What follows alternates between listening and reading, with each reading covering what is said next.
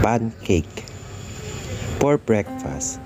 This is mashed potato, sweet potato. After, you have to put 1 egg yolk and mash all the sweet potato. Afterwards, you have to prepare the flour where you can make a ball of sweet potato.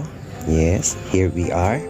So we need 1 egg only, and then a flour on the plate, and then you have to put the mashed potato.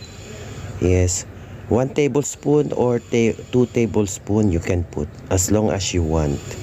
Okay, then make a ball. Lagyan nyo po ng harina yung mashed sweet potato. Ayan. Yes, tapos po gawin nyo pong bola. Okay, after nun, ipa-flatten nyo yung bola. Pagkatapos, mag-init po kayo ng mantika mula po sa inyong kawali, at yan po ay ididip nyo po sa mantika. Yan po ang pinakamadaling almusal sa umaga. So ito po ay breakfast, sweet potato pancake. So ayan po, at kinakamay ko po dahil po gagawa kayo ng bola. So bago nyan, ipa-flatten nyo po, budburan nyo po ng harina. So ayan, nailagay na natin sa mantika, at ayan, at luto na. Yan ang una. Yan ang una nating pancake out of sweet potato.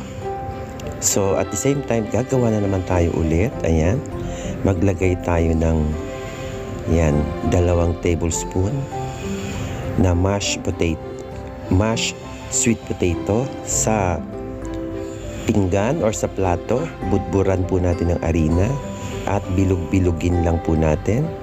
Yan, gawin po nating bola na para po tayo naglalaro po ng bola-bola. So ayan po, punuin nyo ng harina para po hindi dumikit sa kamay nyo.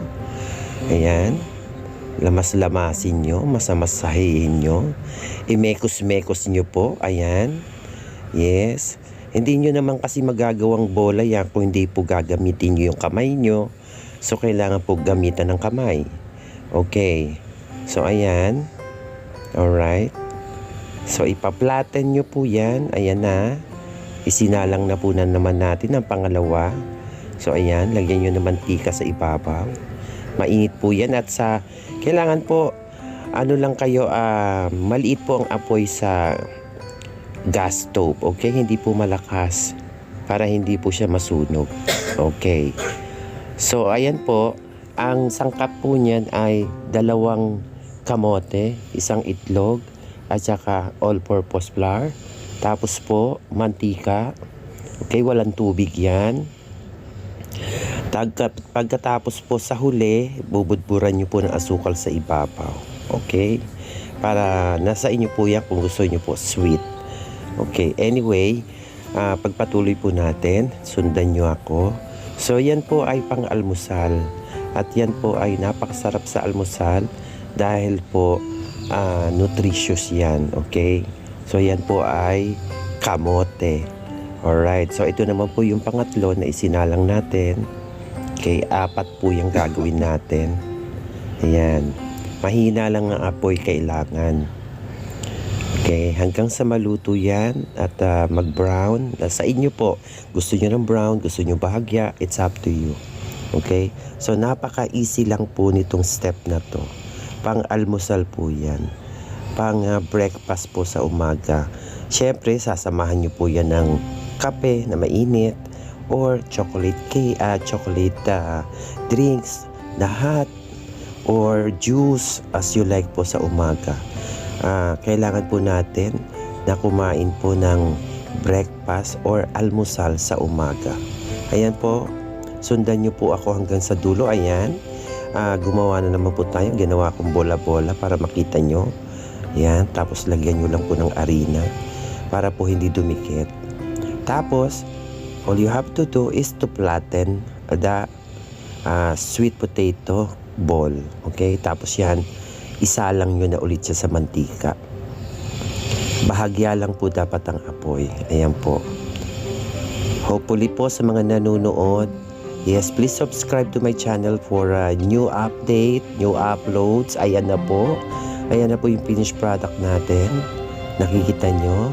So, bubudburan ko na po ng asukal. Okay? Sa ibabaw. So, nasa inyo po yan kung honey ang gusto nyo ibudbud.